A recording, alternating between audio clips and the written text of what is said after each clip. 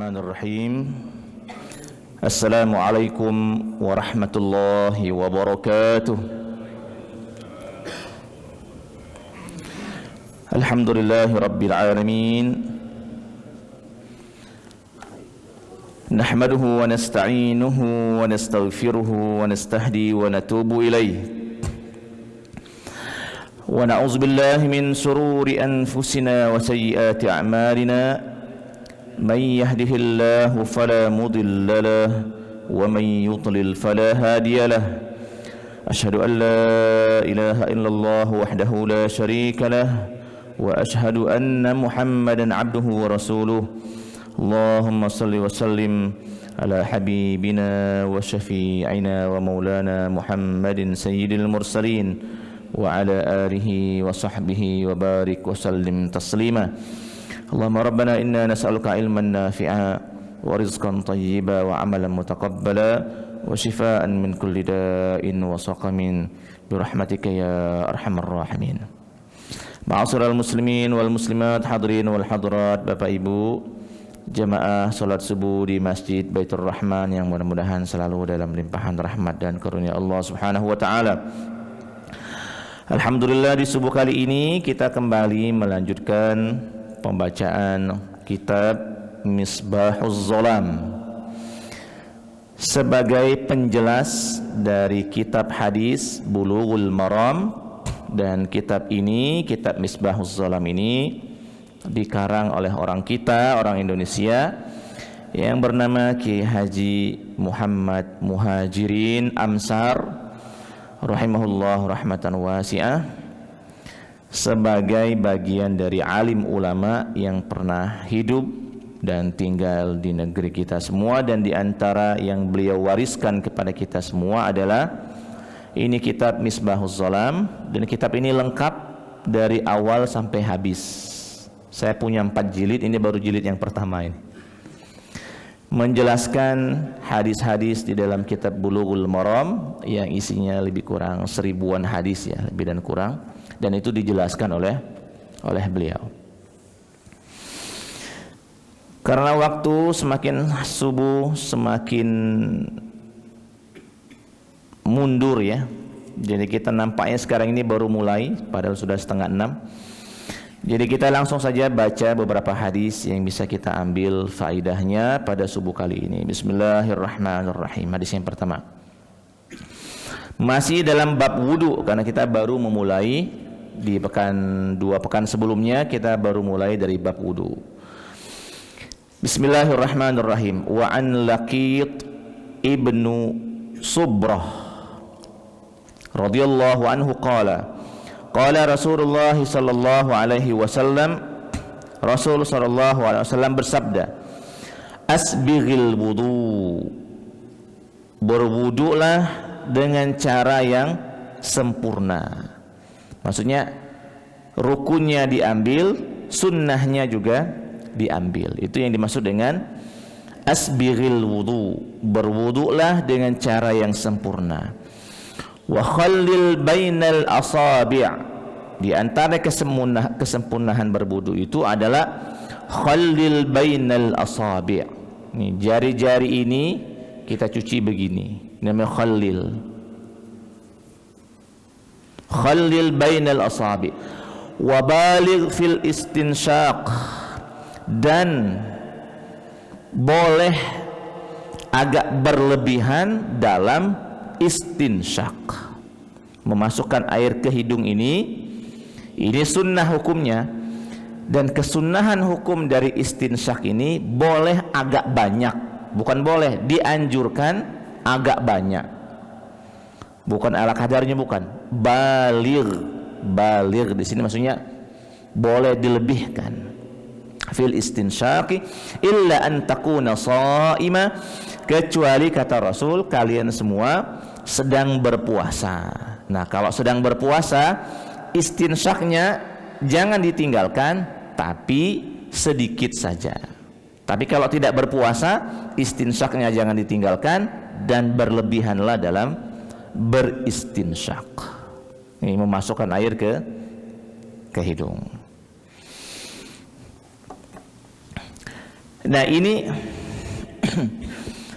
komentar penjelasan dari Kiai Haji Muhammad Muhajirin Amsar dari hadis ini adalah fihi dalilun ala anna as-shaim la yutlab minhu al-mubalagha fil istinshaqi khafan min dukhulil ma'i ila al-jawf fayabtul shaumuhu.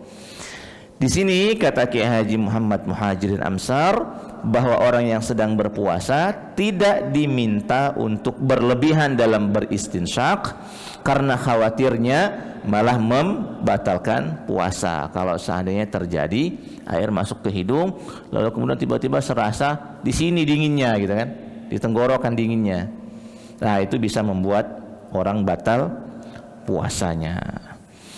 Dan dari sini juga kata Kiai Haji Muhammad Muhajirin bin Amsar, ini ada isyarat di dalam hadis ini, ada isyarat dalilun alal amri bisaddid dzari'a atau saddil bab. Ini hadis ini juga boleh kita fahami sebagai kaidah sadduz zari'ah. Sadduz zari'ah ini ada dalam kaidah usul fikih. Saddu itu menutup, zari'ah itu jalan. Jadi ini kaidah dalam menutup jalan supaya kita tidak sampai pada ujung yang jelek. Nah, saddu zari'ah ini nanti menjadi dalil, menjadi dalil. Misalnya begini, apa hukumnya misalnya tiba-tiba misalnya ada pengumuman masjid, contohnya saja ya, misalnya masjid membuat pengumuman anak yang di bawah 6 tahun misalnya ya, anak yang di bawah 6 tahun dilarang masuk masjid misalnya saja ini. Terus kita tanya pengurus masjidnya, mana dalilnya kenapa melarang anak yang di bawah umur 6 tahun diajak ke masjid? Terus kata pengurusnya ngomong begini, kami khawatir nanti anak ini kencing sembarangan. Nah, ini namanya kaidah sadduz zari'ah, menutup peluang terjadinya keburukan kemudian ditutup di awal. Ini sadduz zari'ah dan itu berlaku di dalam usul fikih. Boleh kita berdalil dengan sadduz zari'ah, boleh. Misalnya di pesantren-pesantren, kenapa mereka mengharamkan dalam tanda kutip ya? Kenapa misalnya di pesantren-pesantren mengharamkan santri dan santriwati bawa handphone? Pasti kiainya akan ngomong, ini jalan, ini cara supaya kami menutup kemungkinan-kemungkinan buruk dari mereka pegang HP di pesantren. Entah mereka belajarnya tidak fokus, entah mereka nanti di pesantren malah melihat video-video yang tidak bagus, entah nanti mereka berhubungan sesama mereka lewat handphone, akhirnya setelah itu mereka janjian ketemuan dan seterusnya, terlalu banyak negatifnya, akhirnya ditutup di depan. Ini namanya saddu az-zari'ah. Sekali lagi, saddu az-zari'ah bisa dijadikan sebagai dalil, sebagaimana berdalil dengan Quran, berdalil dengan hadis, berdalil dengan ijma, berdalil dengan qiyas. Nanti di antara cara pendalilan itu adalah sadduz zari'ah. Nanti banyak contoh terapan dalam sadduz zari'ah. Nah, ini contohnya. Rasul melarang berlebihan dalam beristinsyak karena khawatir ujungnya malah membatalkan wudu atau membatalkan puasa. Bagus. Nah, sadduz zari'ah ini penilaian tentang kapan harus menutup, kapan harus membuka. Ini pasti penilaiannya ada pada otaknya para ulama. Karena otak yang bukan ulama khawatirnya cara berfikirnya berbeda dengan cara berfikir ulama. Maka dalam sadduz zari'ah otak yang dipakai adalah otak ulama, otak ilmuwan. Setiap hal yang dilarang dengan alasan sadduz zari'ah, mesti dugaannya adalah, ini dugaannya banyak bakal terjadi keburukan.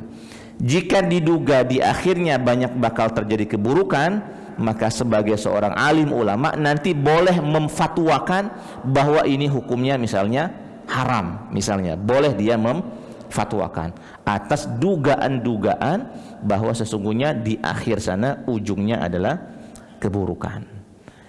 Nah ini saya kira yang bagus untuk kita dengar, bahwa di dalam cara berfikir usul fikih dan fikih ada yang kita sebut dengan sadduz zari'ah, menutup kemungkinan-kemungkinan bakal terjadinya hal-hal yang tidak bagus.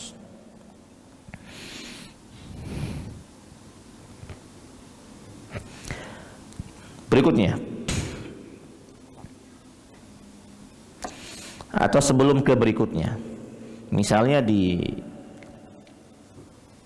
Kabupaten Ogan Ilir misalnya, ini yang saya tahu, misalnya kepolisian misalnya melarang ada pesta di atas jam 12 malam. Sebenarnya logika sadduz zari'ahnya sudah masuk di sini, dilarang mengadakan pesta sudah di atas jam 12 malam. Mentoknya jam 12 malam sudah harus bubar, mentoknya begitu. Nah, cuma kadang-kadang yang kurang bagusnya ternyata di lapangan ini masih bisa dinego. Harusnya tidak usah dinego lagi. Kalau sudah jam 12 malam, stop. Ini terjadinya nego-nego, ya akhirnya sampai subuh juga akhirnya kan. Nah, kenapa misalnya dilarang sampai jam 12 malam ke atas? Ya karena kemungkinan buruk itu banyak sekali terjadi setelah larut malam. Minuman kerasnya, narkobanya, pelecehan seksualnya, dan seterusnya dan seterusnya. Atau kalau seandainya ada kepolisian yang berani melarang misalnya pesta malam, di-cut dari awalnya tidak boleh ada pesta kecuali sampai jam 4, jam 5 sore misalnya kan. Putusannya begitu. Mana dalilnya? Kalau kita tanya Pak Polisi, dalilnya adalah sadduz zari'ah. Karena kalau sudah ada pesta malam, mesti nanti maghribnya lewat, isya'nya lewat, kemudian kemungkinan transaksi-transaksi yang tidak benar dan seterusnya. Saya kira itu bagus. Ini dalil sadduz zari'ah.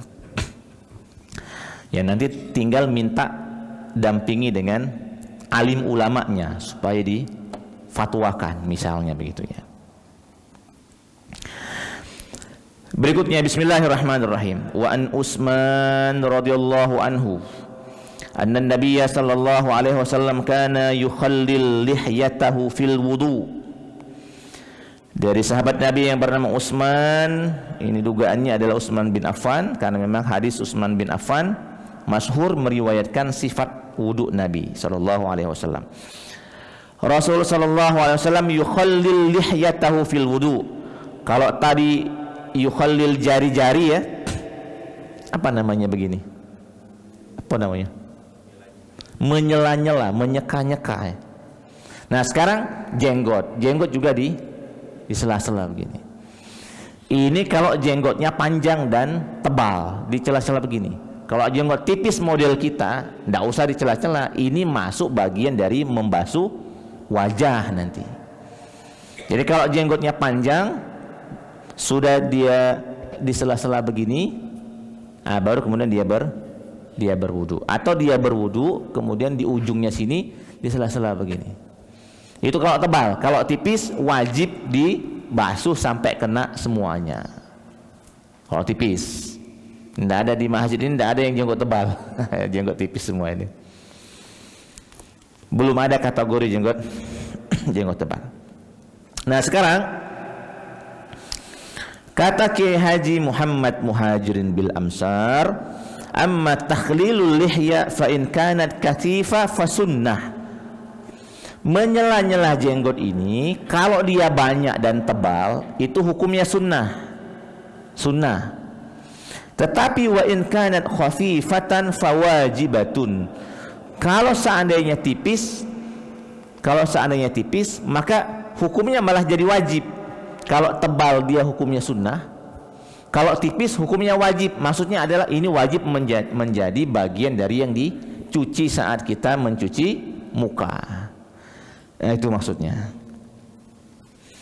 Nah kemudian apa bedanya jenggot tipis dengan jenggot tebal?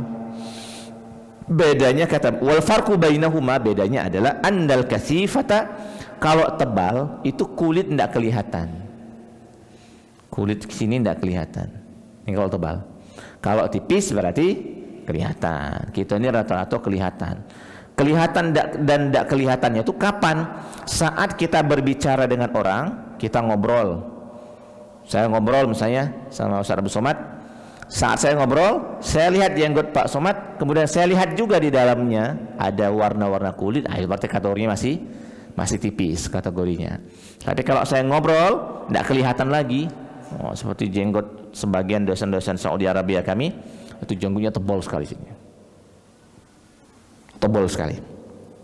Nah, itu termasuk kategori jenggotnya tebal. Dan Rasulullah SAW jenggot beliau adalah kategorinya tebal, kasifah wa azimah, dan agung, bagus, terurus, terawat, kira-kira begitu ya, terurus dan terawat.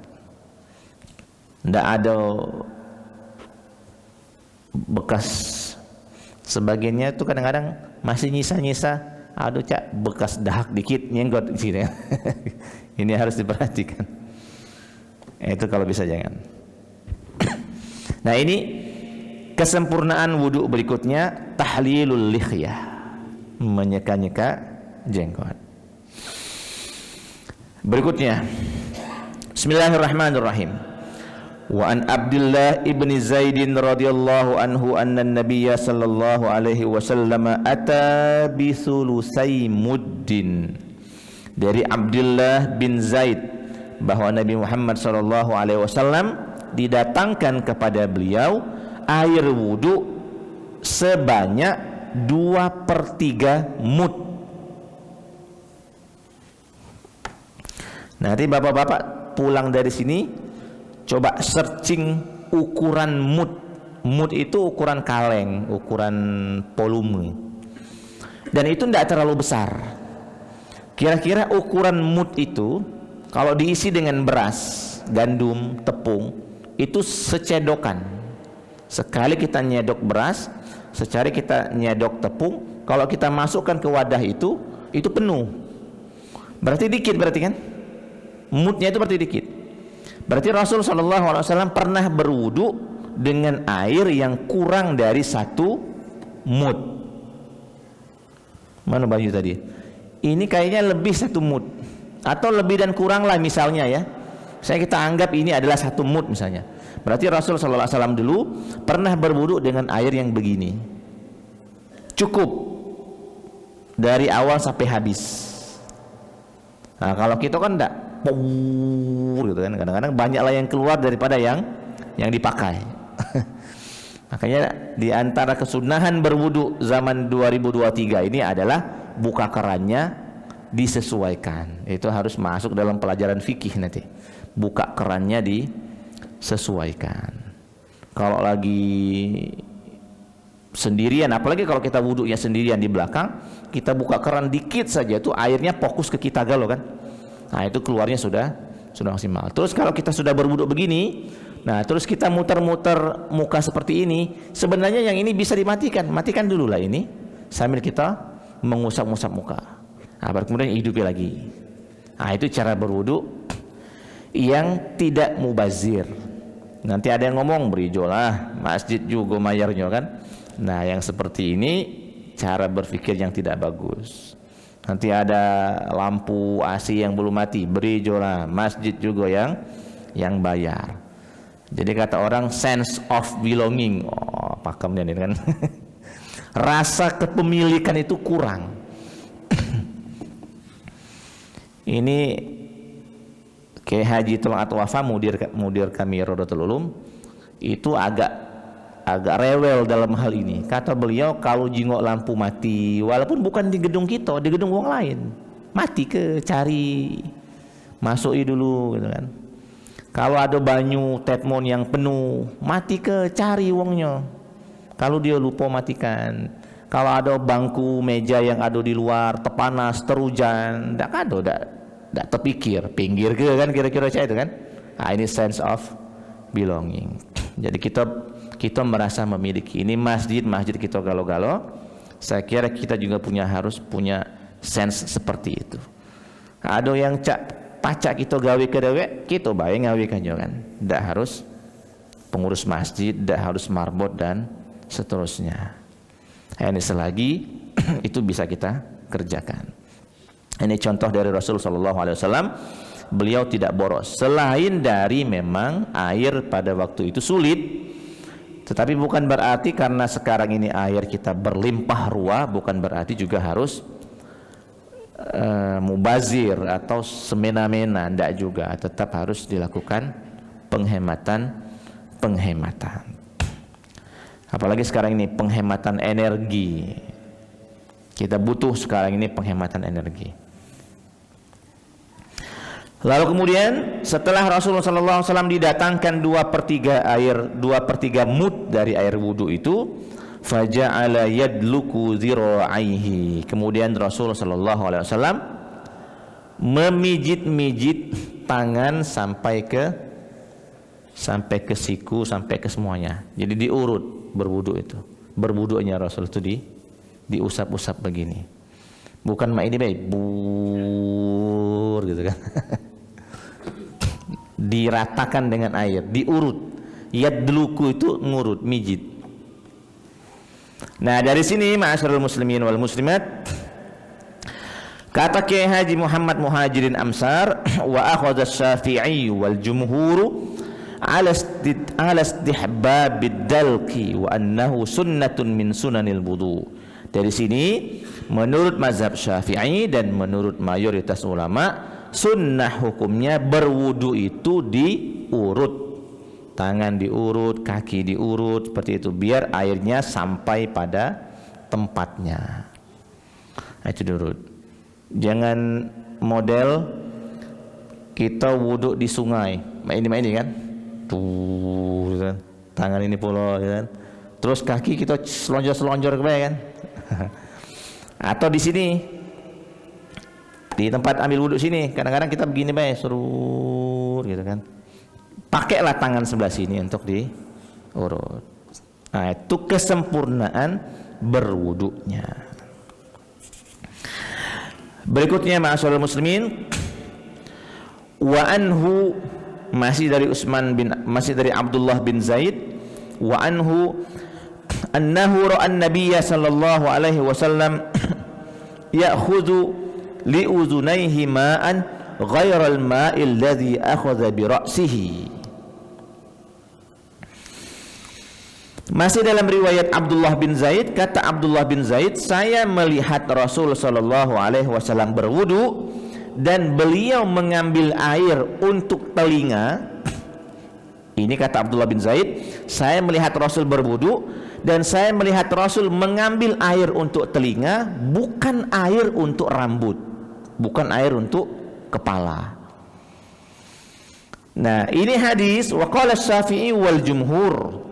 Ini hadis menurut mazhab Syafi'i dan mayoritas ulama bahwa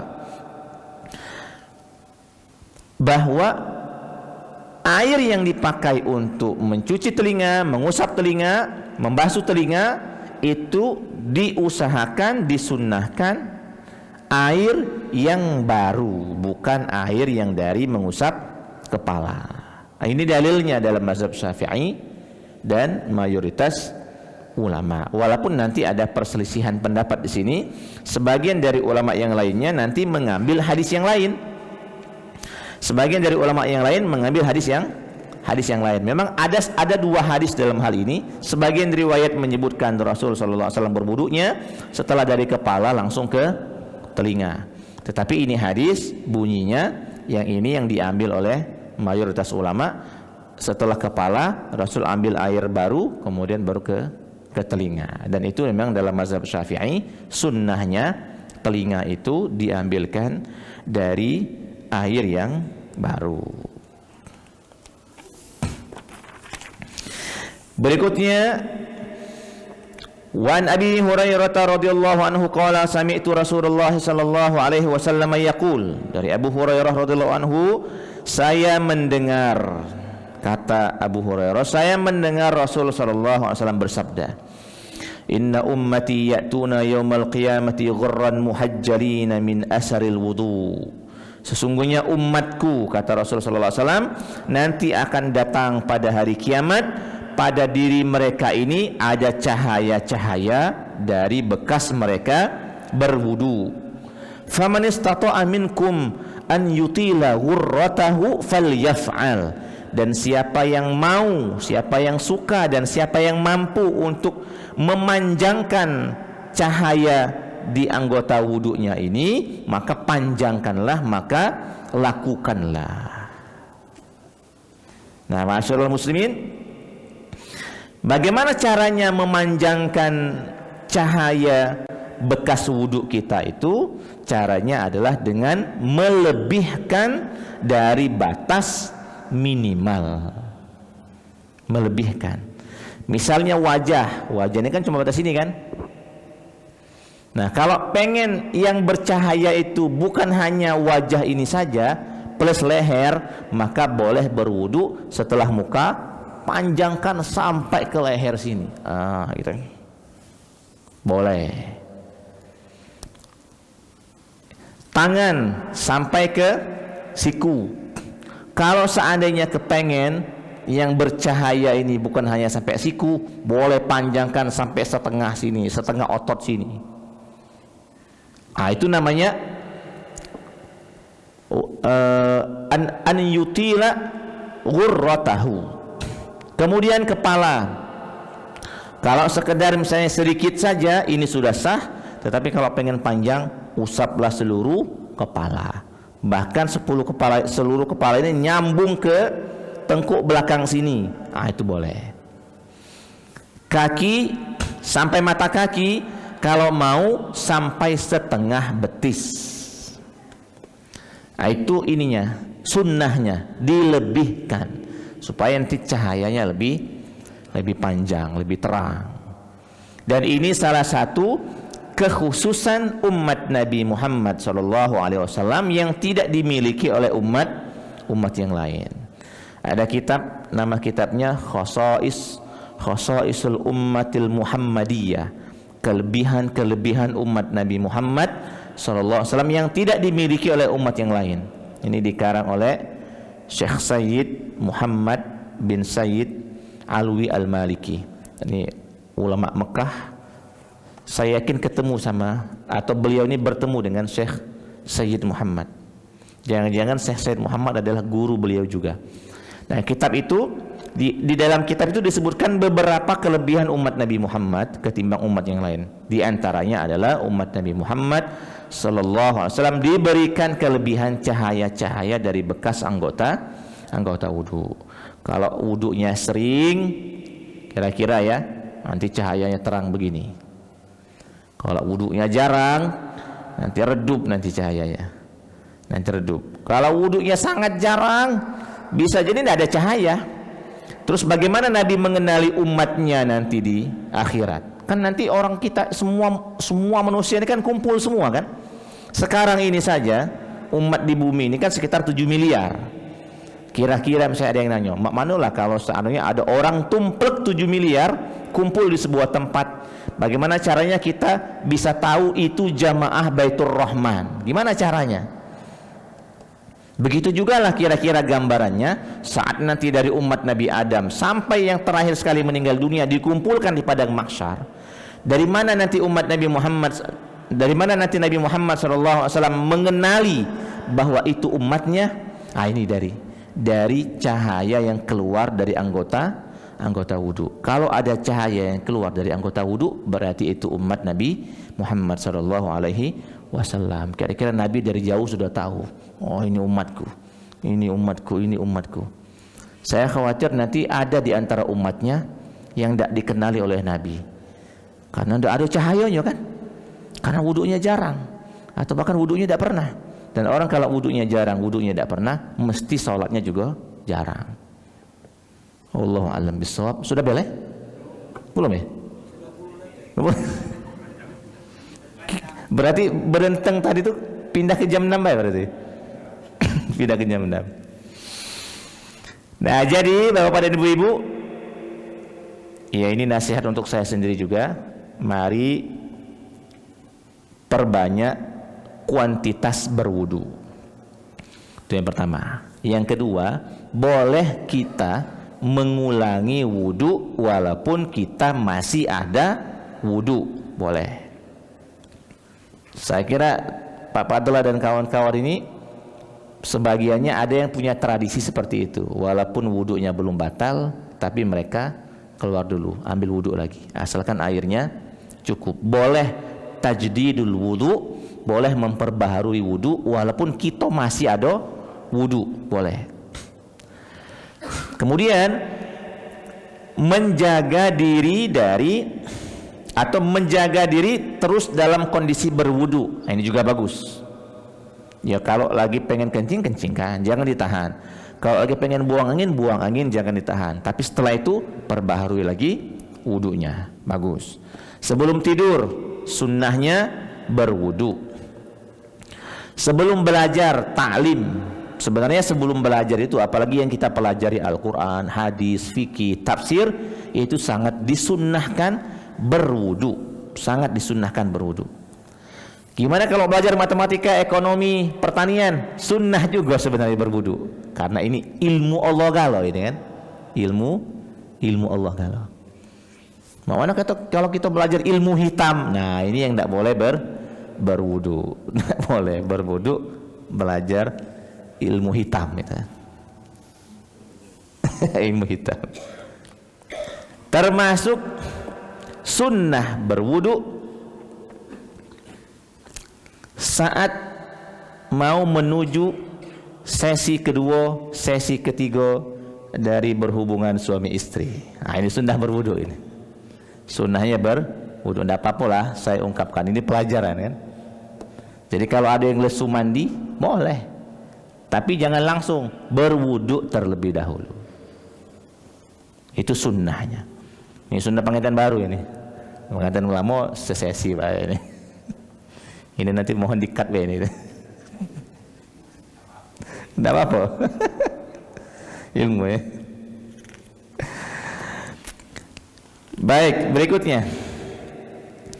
Wa an Aisyah radhiyallahu anha qalat kana an-nabiy sallallahu alaihi wasallam, dari Aisyah radhiyallahu anhu, sesungguhnya radhiyallahu anha, bahwa Rasul sallallahu alaihi wasallam yu'jibuhu at-tayammun. Rasul itu sangat senang sekali memulai sesuatu dari sebelah kanan. Fi tana'ulihi, saat memakai sandal sepatu, kaki kanan dulu. Wa tarajjulihi, saat nyisir rambut. Makanya dugaannya, ya wallahu alam bisawab, dugaannya sisiran rambut Nabi itu kanan ke kiri. Tapi saya sendiri kiri ke kanan. Tapi Rasulullah kanan ke kiri. Dugaannya dari hadis ini ya. Karena kita tidak ada foto, tidak ada video segala macam. Dugaannya Rasulullah SAW itu nyisir rambutnya itu dari kanan ke kiri. Fi tarajjulihi wa tuhurihi, dan Rasulullah SAW juga memulai dari sebelah kanan dalam bertoharoh. Selalu dimulai dari sebelah kanan. Wa fi sya'nihi kullihi, dan dalam semua keadaan yang positif-positif, yang bagus-bagus. Jadi Rasulullah SAW itu untuk aktivitas-aktivitas yang bagus itu selalu memulai dengan kanan. Dan untuk aktivitas-aktivitas yang agak jorok, kotor segala macam, Rasul SAW memulainya dengan yang kiri. Nah, ini terutama dalam bab berwudu, maka sunnahnya adalah dimulai dari anggota yang sebelah kanan dulu. Muka karena anda ada kiri kanan, satu. Tangan kanan ini disukai kanan tangan dulu, baru kiri dulu. Kemudian telinga kalau mau dibarangkan tidak apa-apa, kalau mau satu-satu kanan dulu. Misalnya si kok pegang gayung, kanan dulu, baru pindah kiri. Kaki juga begitu, kanan dulu baru kiri. Dalam mandi wajib juga begitu.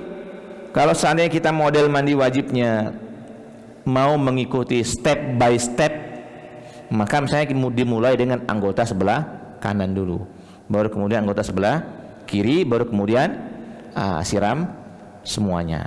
Nah, ini dalam bab berwudu.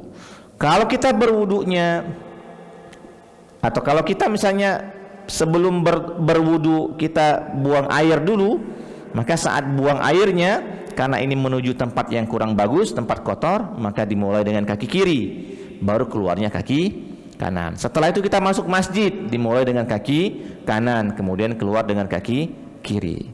Nah, terus terang ini sunnah-sunnah yang sederhana, tetapi bagi orang yang punya perhatian dengan kesunnahan-kesunnahan seperti ini, dia tidak akan membedakan mana sunnah-sunnah yang sederhana, mana sunnah-sunnah yang besar. Terus terang, ma'asyiral muslimin wal muslimat, masih banyak orang kita masuk kamar mandi kaki kanan. Masih banyak ini. Dan masih banyak juga orang kita masuk masjidnya kadang kaki kiri, kadang kaki kanan. Dia tidak punya perhatian. Ya, saya bukan berarti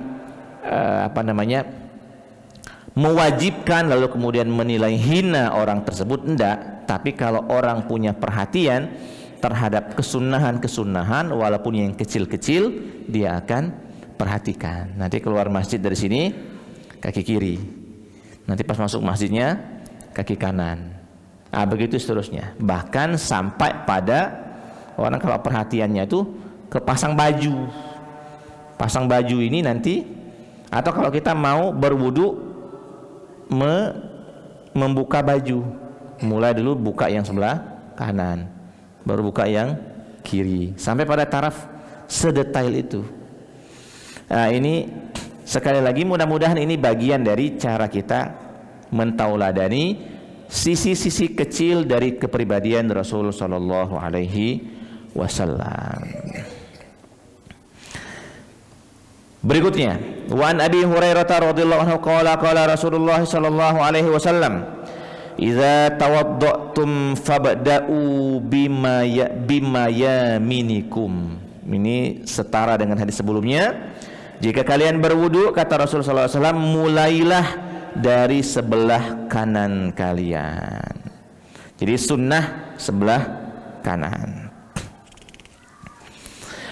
Berikutnya, wa an al-Mughirah ibn Syu'bah radhiyallahu anhu anna Nabiyya sallallahu alaihi wasallam tawaddaa. Dari Al-Mughirah bin Syu'bah radhiyallahu anhu bahwa Nabi sallallahu alaihi wasallam berwudu. Famasaha binasiyatihi, lalu kemudian Rasul mengusap nasiyah, ini ubun-ubun ya.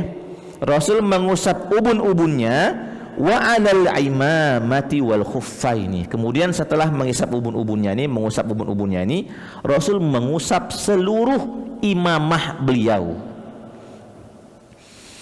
Jadi imamah Rasul itu sallallahu alaihi wasallam itu lebih dan kuranglah ya seperti imamahnya para habaib ya, yang diputar-putarkan itu. Nah, ini imamah seperti imamahnya Pak Fadlah ini. Ini imamah yang dulu dipakai oleh Rasul. Bukan sekedar imamah orang Arab Saudi sekarang, cuma melepakkan sorban bayi, bukan. Tapi dililit-lilit begini. Nah, Rasul itu kalau berwudu, imamahnya enggak beliau lepas, enggak. Jadi saat beliau ambil air wudu untuk yang kepalanya, ini jari masuk sedikit ke ubun-ubun. Setelah itu imamah Rasul ini diusap galo. Ini satu di antara yang pernah dilihat oleh para sahabat. Nah, melihat fenomena Rasul berwudu seperti itu, akhirnya para ulama menilai kira-kira yang wajib itu atau yang bagus itu cukup sebagian kepala saja apa semua kepala. Nah, dalam hal ini kata Kiai Haji Muhammad Muhajirin Al-Amsar, yang wajib dari mengusap rambut atau kepala itu hanya sebagian saja. Buktinya apa? Rasul hanya sebagian saja. Batas ini bayar Rasul masukkan tangannya, sudah itu habis keluar. Nah, tetapi dalam mazhab Malik, dalam mazhab Imam Malik, wujubu mashi jami'ir ra'si, bahwa fenomena yang seperti ini justru ini menunjukkan yang wajib itu adalah seluruh kepala. Kenapa? Karena kalau tidak wajib seluruh kepala, untuk apa Rasul mengusap semuanya? Bahwa sebagiannya memang langsung masuk ke dalam, sebagiannya semuanya, itu kira-kira isyarat bahwa yang wajib itu adalah semuanya.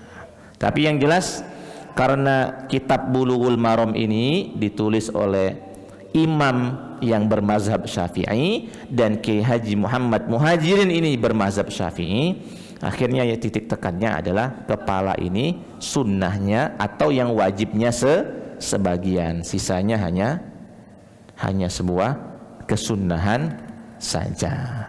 Ini imamah, sekali lagi ini model imamah. Boleh kalau ada yang ibaratnya mau untuk pakai imamah seperti fa'fadlah, boleh. Yang tidak mau juga tidak jadi masalah. Bismillahirrahmanirrahim. Berikutnya, wa an Jabir ibn Abdullah radhiyallahu anhu fi sifati hajjatin Nabi sallallahu alaihi wasallam qala sallallahu alaihi wasallam. Dari Jabir bin Abdullah saat beliau menjelaskan tentang sifat cara Nabi haji. Nah, kata Rasul sallallahu alaihi wasallam, ibda'u bima bada Allahu bihi. Mulailah atau kerjakanlah rangkaian ibadah haji itu semuanya, baik tawafnya, baik sa'inya dan seterusnya, mulailah dari di mana Allah Subhanahu wa taala memulai. Misalnya Rasul berfirman, innas safa wal marwata min sya'airillah. Sesungguhnya Safa dan Marwah. Berarti kalau sa'i mulainya dari mana? Safa dulu, karena Allah menyebutkan Safa baru kemudian Marwah. Nah, dalam bab wudu sama, kata Allah Subhanahu wa taala, iza kumtum ilas salati faghsilu wujuhakum. Cucilah muka kalian, wa aydiyakum ilal marafiq. Kedua tangan kalian sampai siku. Wamsahu biru'usikum. Basuhlah, usaplah kepala kalian. Wa arjulakum ilal ka'bain, dan kaki kalian sampai mata kaki. Ini surat Al-Maidah ayat ke-6. Maka kalau berwudu mulai dari mana? Mulailah dari yang dimulai oleh Allah Subhanahu wa taala. Allah mengatakan muka dulu, kemudian tangan, baru kemudian kepala, baru kemudian kaki. Inilah dalil rukun wudu yang terakhir, yaitu tertib. Jadi tertib. Dari mana kita mengambilnya? Dari perkataan Allah yang menertibkan urutan-urutan ini. Nah, itu tertib. Nah, kemudian akhirnya Rasul SAW juga mencontohkan. Rasul saat mencontohkan tertib juga, mulai dari muka, tangan dan seterusnya. Tertib ini terutama untuk rukun-rukunnya. Tapi kalau untuk sunnah-sunnahnya boleh tidak tertib. Misalnya mana dulu? Kumur-kumur dulu, apa istinsak dulu? Ini bolehlah tidak tertib. Walaupun kalau kita melihat pribadi Rasul kumur-kumur dulu baru kemudian istinsak. Tapi kalau tidak tertib tidak jadi masalah, wudunya sah. Tapi kalau wudu tidak tertib di rukunnya, maka dia tidak sah. Saya kira saya cukupkan dulu sampai di sini. Jika ada hal yang pengen dikonfirmasi, yang ditanyakan, kami persilakan sebelum kita istirahat dan kembali ke rumah masing-masing. Kami boleh persilakan. Silakan. Waalaikumsalam warahmatullahi wabarakatuh. Ini saya mau nanyakan, apakah ada larangan setelah wudhu kita mengusap air wudhu itu dengan handuk? Oke. Kemudian yang kedua, apakah khusus untuk wudhu satu mud itu ada syarat-syarat, umpamanya ketika sulit air atau wudhu yang kedua? Karena kalau wudhu pertama itu sangat kotor sekali, tidak mungkin satu mud. Oke, saya jawab dulu yang kedua. Wudhunya Rasul dengan satu mud itu dua maknanya. Satu, memang Rasul hidup di negeri yang sulit air. Jadi untuk mendapatkan air yang berlimpah itu memang agak susah. Makanya Rasul berwudunya dengan satu mud. Ada air yang semodel mak ini sudah sangat besyukurnian kira-kira kan.